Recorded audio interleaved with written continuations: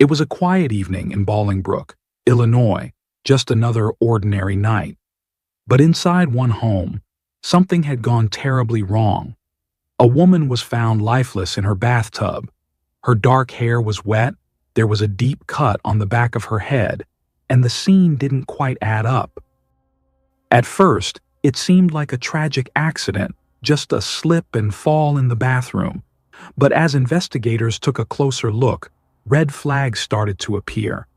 And the most shocking part? The person who might have all the answers was someone who had sworn to protect and serve. What really happened that night? And how did this one case unravel a shocking story of lies, control, and betrayal? Kathleen Savio was born on June 13, 1963, in Glendale Heights, Illinois. She was the youngest of 4 siblings in a family led by her parents, Henry and Marcia Savio. When Kathleen was just 2 years old, her parents divorced. Sometime later, her mother remarried, and the family relocated to another city in Illinois. Despite facing financial challenges while growing up, Kathleen, affectionately called Kitty by her family, was determined to build a future for herself. She pursued her education and became an accountant. Friends and acquaintances described Kathleen as a warm, friendly, and charismatic woman with a remarkable ability to connect with people. At the age of 20, she went on a blind date that would change her life. The man she met was Drew Peterson, a seemingly charming individual who at first glance appeared to be an ideal match. Drew was a police officer in the narcotics unit of Illinois, a role that granted him authority and recognition. Born on January 5, 1954, in Bolingbrook, Illinois, a suburb of Chicago, Drew Peterson grew up under the strict guidance of his father, Henry, a former U.S. Marine, and his mother, Marilyn. He later became the older brother to 2 additional siblings. During high school, Drew excelled as an athlete and was known for his competitive spirit. His teenage years also saw the beginning of his first serious relationship with Carol Brown.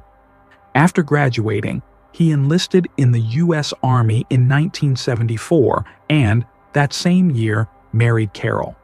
By 1976, Drew had been discharged from the military, and a year later, he joined the police force in his hometown. Within a year, he was assigned to an undercover role in the Metropolitan Narcotics Squad. His work earned him recognition, and by the time he was 25, he was honored as Police Officer of the Year. However, his personal life did not mirror his professional success. Despite having 2 children together, his marriage to Carol ended in 1980 after she discovered his infidelity. Carol was granted custody of their children.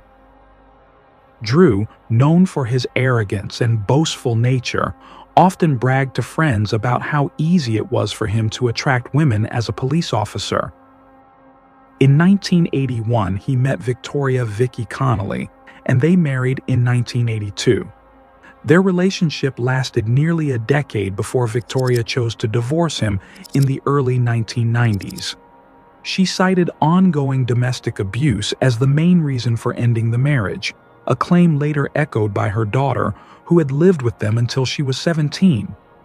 One particularly disturbing rumor surrounded an incident involving Victoria. While they were still married, the couple had purchased a bar together. One night after leaving the establishment, Victoria was involved in a car accident that required surgery. Some sources speculated that Drew may have tampered with her brakes, but no concrete evidence ever surfaced. It was during his marriage to Victoria that Drew began an affair with Kathleen Savio. However, Kathleen had no idea that he was married. When he finally admitted to being in the process of a divorce, he painted his wife as a drug addict, claiming that he could no longer endure the situation. To Kathleen, Drew seemed like a dream come true. He showered her with gifts and affection, took her on trips, and promised her a stable life. Wanting to settle down, she fell deeply in love with him. Their whirlwind romance led to an engagement just 6 months after their first date. On May 3, 1992, shortly after Drew finalized his divorce, they got married.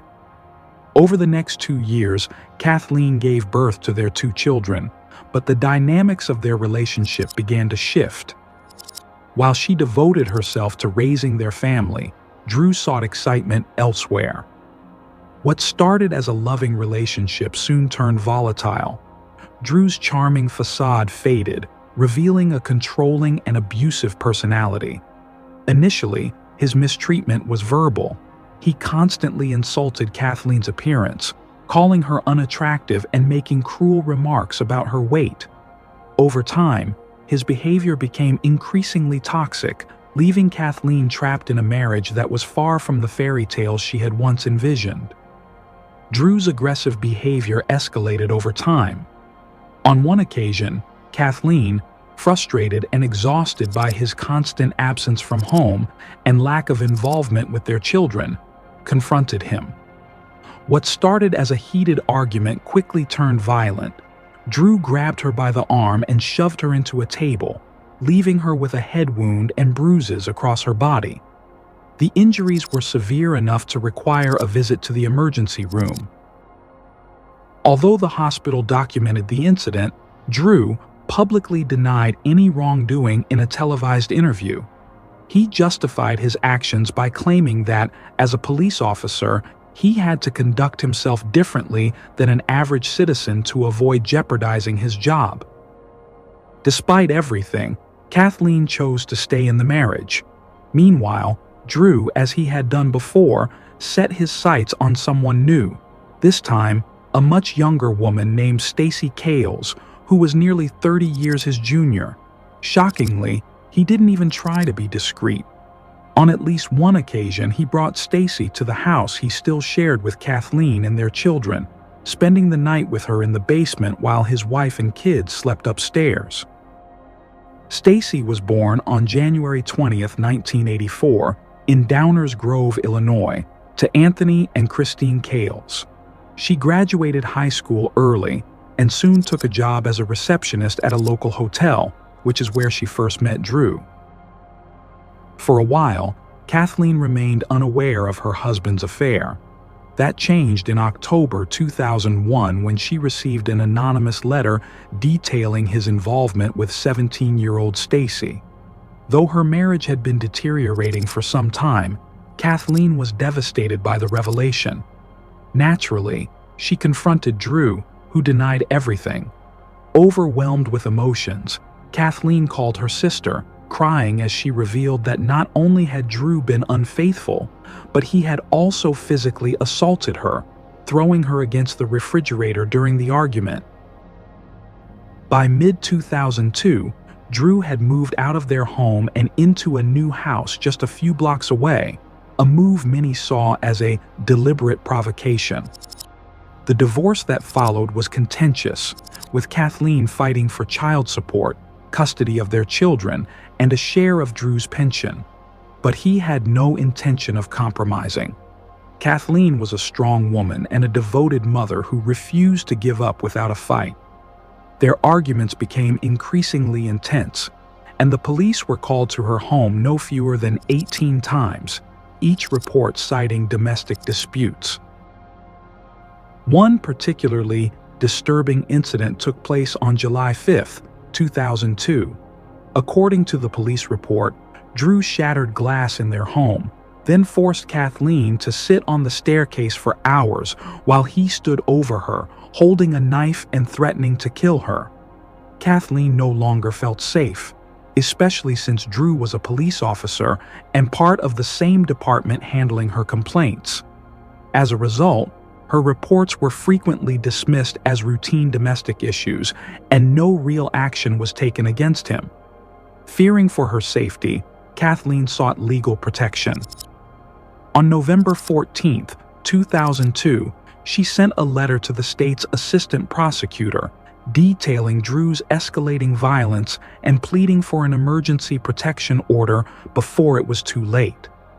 She explicitly warned that he knew how to manipulate the system and that she feared he would either take her children away or harm her. Despite the urgency of her plea, her requests were ignored.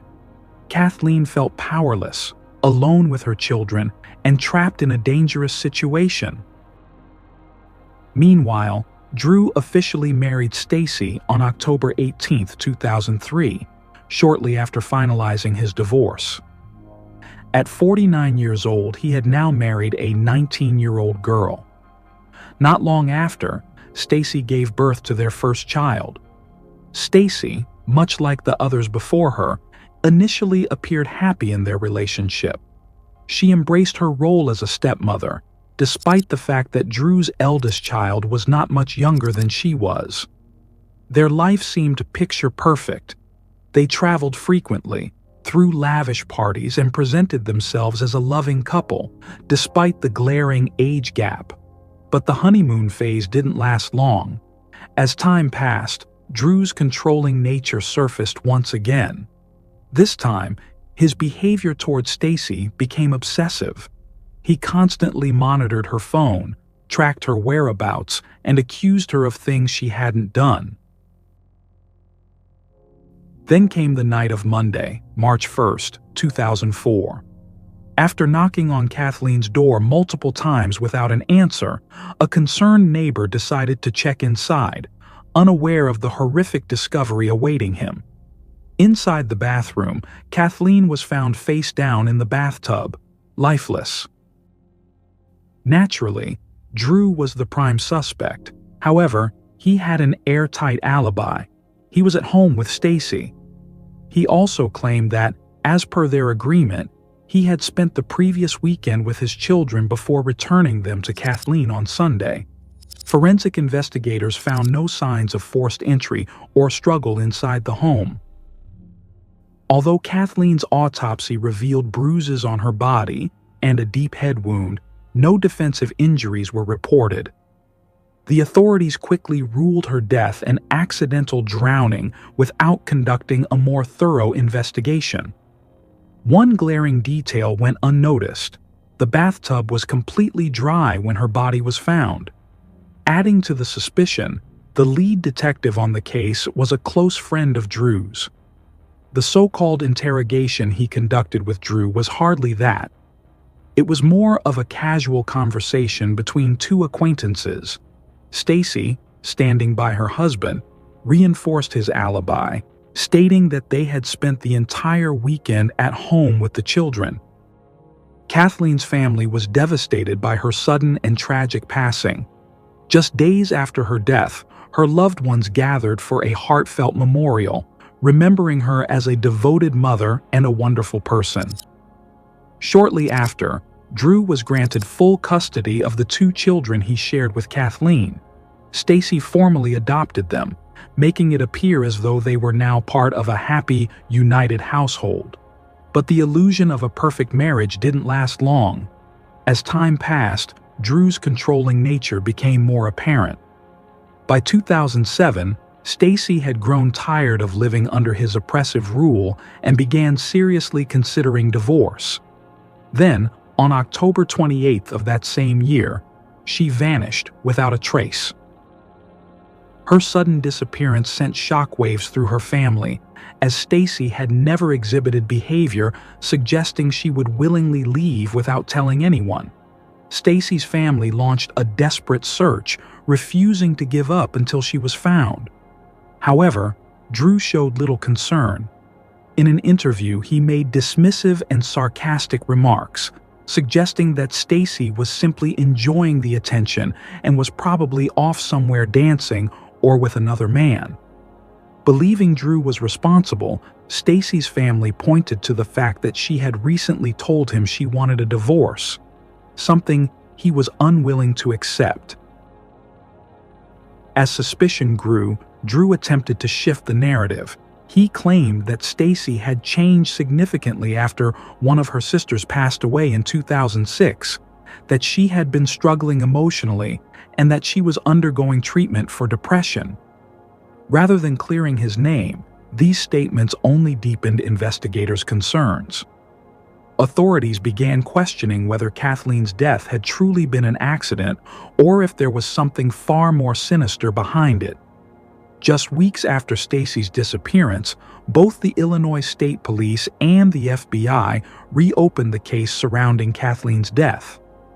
In November 2007, her body was exhumed for a second autopsy. The findings contradicted the original report. This time, forensic experts confirmed clear signs of struggle, proving she had fought for her life. Now, Drew was the prime suspect in the deaths of both his third and fourth wives. Instead of keeping a low profile, he embraced the media attention, appearing on talk shows and making arrogant, sarcastic remarks, almost as if he enjoyed the notoriety. Then, in January 2008, the case took an unexpected turn when Drew's own brother, Thomas Peterson, came forward with shocking information. He claimed to have helped Drew remove a large blue container from the house around the time of Stacy's disappearance. Several neighbors corroborated his story, stating that they, too, had seen Drew handling the suspicious container. Thomas also revealed another disturbing detail. He had assisted Drew in placing a call from Stacy's phone, making it appear as though she was at the airport. Not long after, her vehicle was discovered abandoned there. While the search for Stacy continued, the investigation into Kathleen's death progressed. On February 21, 2008, her cause of death was officially reclassified from an accident to a homicide. Just over a year later, Drew was arrested as the prime suspect. Drew's legal team believed they had a strong case, citing the lack of physical evidence such as fingerprints, DNA, or eyewitness testimony tying him directly to the crime. As the trial gained traction, accusations surfaced against the police department, with many arguing that because Drew had been a sergeant in their ranks, the original investigation had been mishandled and riddled with preferential treatment. This scrutiny cast serious doubt on the integrity of law enforcement, raising concerns about corruption and cover-ups. But exposing institutional bias wasn't enough to prove Drew's guilt in Kathleen's murder. The prosecution needed a breakthrough. That moment came when the lead prosecutor orchestrated a legal maneuver that would change everything. On May 31, 2012, Drew Peterson's trial officially began.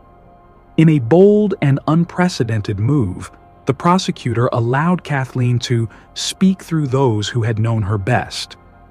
The first to testify was Kathleen's sister, Susan. Her testimony sent chills through the courtroom as she revealed that Kathleen had once confided in her that Drew had threatened to kill her and make it look like an accident so that no one would ever suspect him. Next, Neil, a pastor and marriage counselor who had worked with Stacy, took the stand.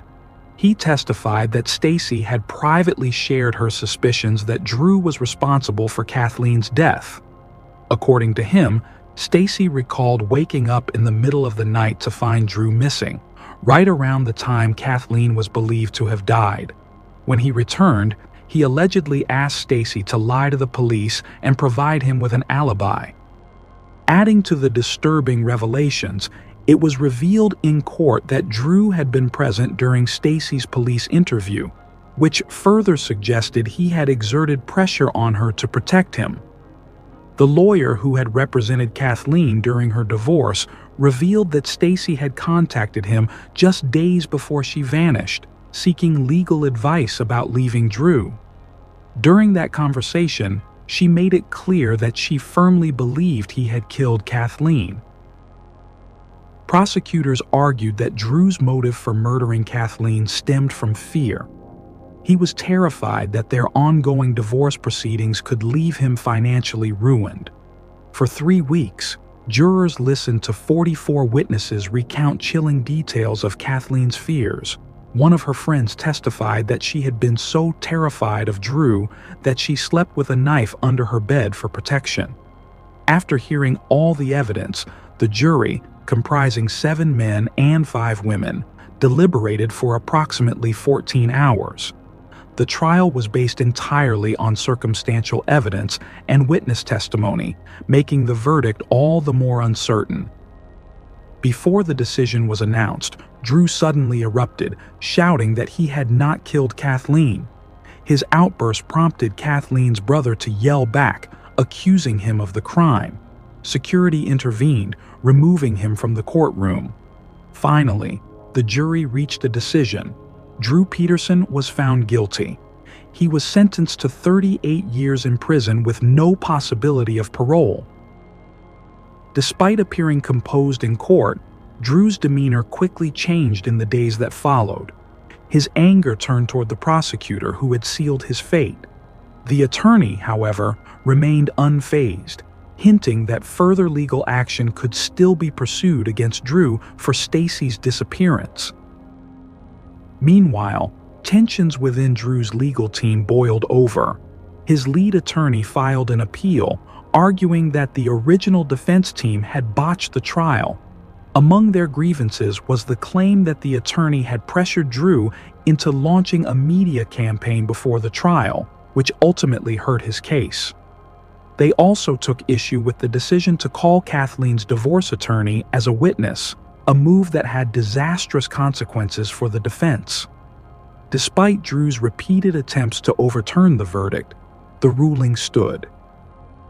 Kathleen had finally received justice, but Stacy's fate remained a haunting mystery, one that many believed Drew Peterson still had the answers to. While serving his sentence, Drew found himself facing yet another shocking accusation.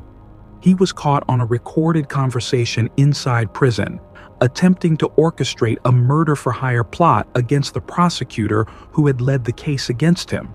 He offered money to a fellow inmate in exchange for carrying out the attack. Despite his lawyer's efforts to prevent an additional conviction, the court found him guilty once again, adding 40 more years to his original sentence. Over the years, Drew has continued to proclaim his innocence, repeatedly attempting to appeal his conviction. His main argument has been that the testimonies admitted during his trial violated his constitutional rights. The most recent legal development came in 2024 when his public defender requested a psychological evaluation as part of an effort to seek a new trial. The judge ordered the county to facilitate and fund the evaluation of Drew, now 70 years old. After the mandatory 30-day assessment period, the results determined that he was mentally competent to stand trial. Meanwhile, his former attorney found himself in legal trouble, facing contempt of court charges. The issue arose when he allegedly violated a gag order by discussing the case in a nationally televised interview. During the interview, he claimed to have information that could reveal what truly happened to Stacy. The lawyer denied the allegations, but the judge reinforced the order, strictly forbidding him from speaking publicly about the case. That same year, Drew's eldest son, Stephen, who had followed in his father's footsteps by becoming a police officer, broke his silence. He publicly referred to Drew as his hero, stating that his father had always been there for him and his brother. He admitted that the events surrounding Drew's conviction had been deeply painful, making it difficult for him to reconcile the loving father he had known for 36 years with the man accused of such horrific crimes. As for Drew's numerous appeals, none had been successful at the time of this recording. Stacy remained missing, and her family continued to hold on to the hope that her body would one day be found. They remained steadfast in their belief that Drew was responsible for her disappearance and should be held accountable for it as well. This case sparked intense public debate across the United States due to the many troubling aspects surrounding it. At its core, it involved a police officer, someone sworn to protect the public, who had instead become a danger to those closest to him.